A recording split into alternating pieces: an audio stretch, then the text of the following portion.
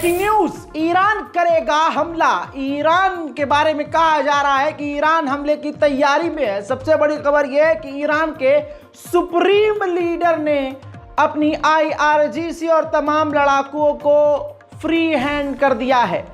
Syria, Egypt, Iraq और आसपास के तमाम इलाके जहां पर ईरान के लड़ाके मौजूद हैं, खुली छूट दे दी गई है कि आप इजराइल पर सीधा अटैक कर सकते हैं। इसका मतलब सीधा यह है कि संभावनाएं काफ़ी ज़्यादा हैं। अभी कुछ वक्त पहले ही की बात है जब पूर्व राष्ट्रपति शहीद इब्राहिम रईसी जिंदा थे, तो उनके आदेश पर आपको याद होगा, वो तमाम तस्वीरें याद होंगी कि इजराइल के ऊपर, इजराइल ने सोचा भी नहीं था, इजराइल के ऊपर ईरान ने अपनी पूरी ताकत से हमला किया था, जिसे जॉर्डन, अमेरिका, फ्रांस, बरतानिया, तमाम बड़े देशों ने मिलकर उस हमले को रोकने में करोड़ों खरबों रुपया खर्च कर दिया था।